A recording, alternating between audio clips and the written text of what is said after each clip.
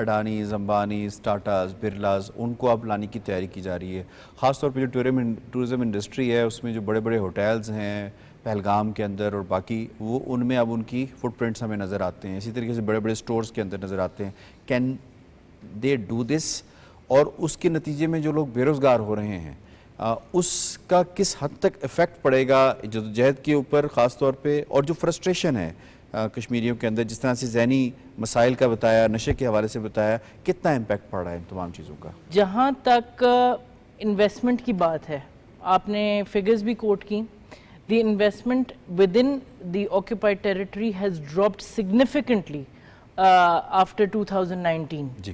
اور اس کی وجوہات میں سے سب سے بڑی وجہ یہ ہے کہ کوئی بھی انویسٹر ایک ملٹرائز زون میں، ہائیسٹ ملٹرائز زون میں کبھی بھی اپنی انویسٹمنٹ کو سیف نہیں سمجھے گا. ٹھیک ہے، وہ ہمیشہ اس سے کترائے گا. لیکن جہاں تک امبانیز اینڈ اڈانیز کی بات ہے، انہوں نے تو الٹا فائدہ اٹھایا.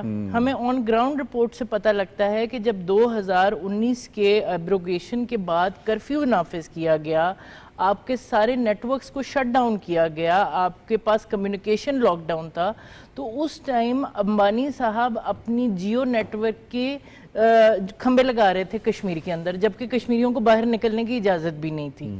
تو ان کو فیسیلیٹیٹ کیا جا رہا ہے. لیکن اس کے نتیجے میں جو ان کو لگتا ہے کہ شاید اس سے ہم ایک نیا کشمیر بنا لیں اور کشمیریوں کے اندر سے ریزسٹنس کی جو ایک سپرٹ ہے اس کو ہم کرش ڈاؤن کر دیں، اس کا اپوزٹ ہو رہا ہے. 2019 کے بعد سے ہمیں جو سٹیٹسٹکس ملتے ہیں وہ ہمیں بتاتے ہیں کہ 2019 سے 2025 کے اندر جو نوجوان ملٹرائز ہو رہے ہیں وہ زیادہ ہو گئے ہیں، because they know that their rights are being taken away from them.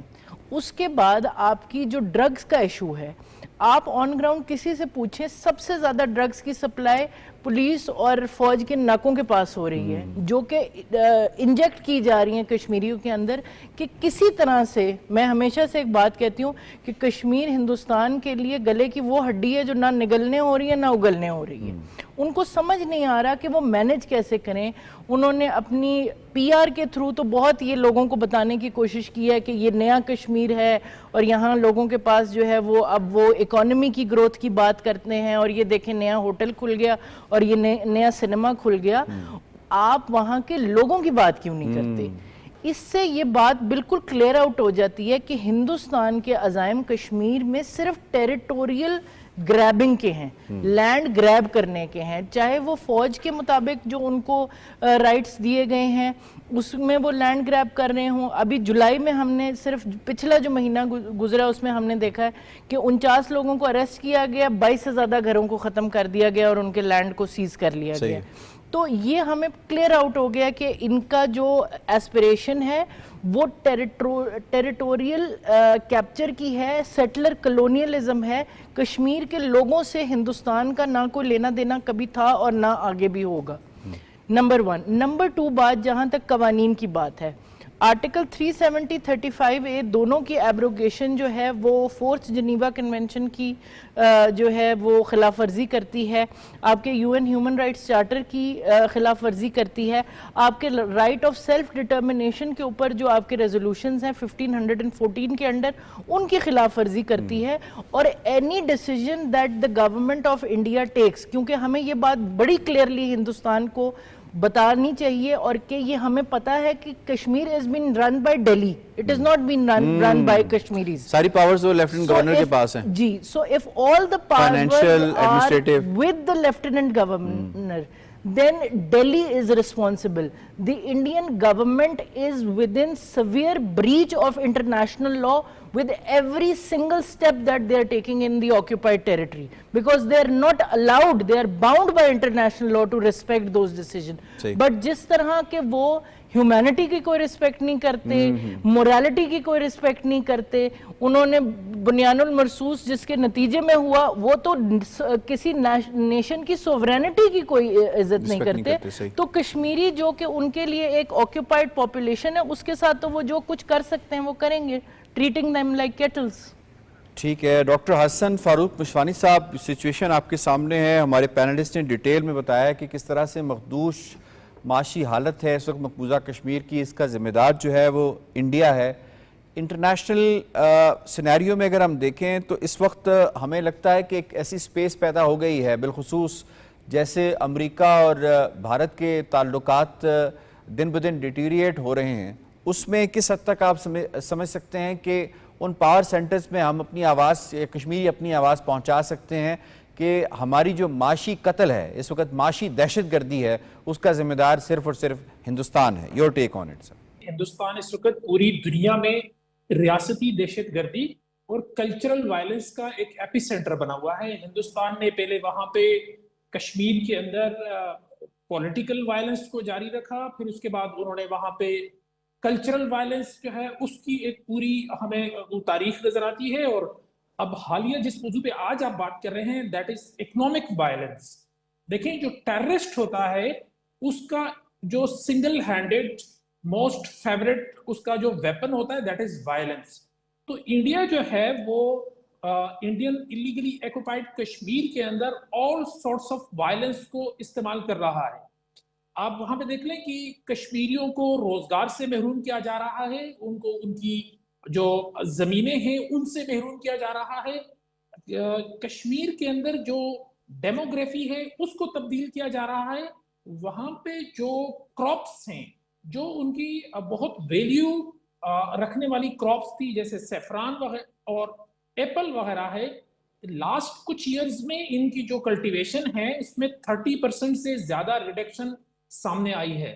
اس کے پیچھے ایک بہت بڑی وہ یہ ہے کہ وہاں جو ہندوستان کی قابض فورسز ہیں وہ وہاں کشمیریوں کو بہت ساری ان کے جو باغات ہیں، آرچرڈز وغیرہ ہیں، ان کو وہ ڈسٹرائے کر رہے ہیں۔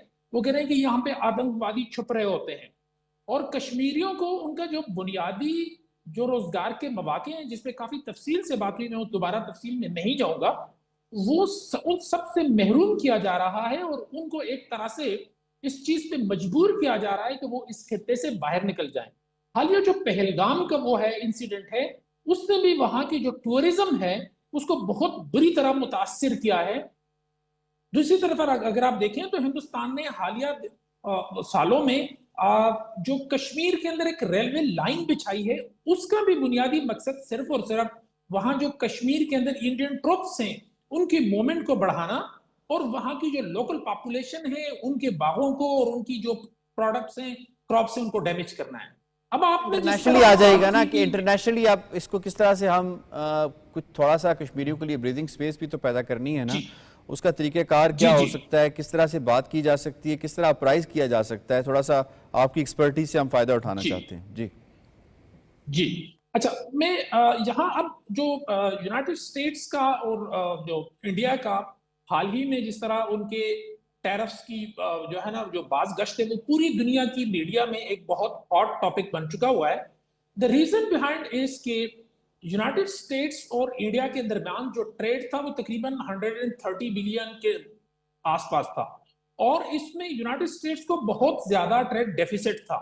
ڈونلڈ ٹرمپ نے اس چیز کو ایک اپنے لیے ایک اپرچونٹی سمجھتے ہوئے انڈیا کی کا جو بازو ہے اس کو ٹیسٹ کرنا شروع کر دیا ہے۔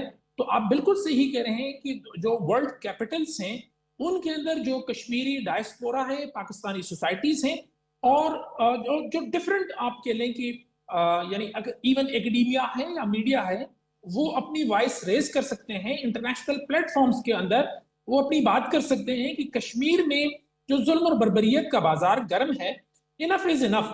اس پہ ہیومن رائٹس کمیشن یا ہیومن رائٹس واچ کی جو رپورٹس ہیں ان کو بھی جو ہے نا بین الاقوامی کمیونٹی کی یادداشت کے لیے دوبارہ پریزنٹ کیا جا سکتا ہے کہ ہندوستان وہاں پہ کیا کچھ کر رہا ہے اور کیا کچھ نہیں کر رہا۔ تو پاکستان کے پاس ایک بڑی زبردست اپرچونٹی ہے، اور پاکستان اس کو بہت اچھے انداز میں سمجھتا ہوں کہ ہندوستان کی جو فورن پالیسی ہے ریجن میں، تو پاکستان الحمدللہ ہندوستان کو کمپلیٹلی آئسولیٹ میں سمجھتا ہوں کہ ہندوستان کی اپنی پالیسیوں سے ہوا ہے، لیکن پاکستان کی یہ سکسیس ضرور ہے کہ خواہ ایران ہو یا خطے کے جو دیگر کنٹریز ہیں ان کے ساتھ پاکستان کے ریلیشنز بہت تیزی سے آگے بڑھ رہے ہیں، ہمارے آپس میں ٹریڈ ٹائز بڑھ رہے ہیں، ہمارے پولیٹیکل ٹائز ایک دوسرے کے ساتھ بڑھ رہے ہیں، جبکہ ہندوستان پورے ریجن میں ایک آئسولیشن کا شکار ہے۔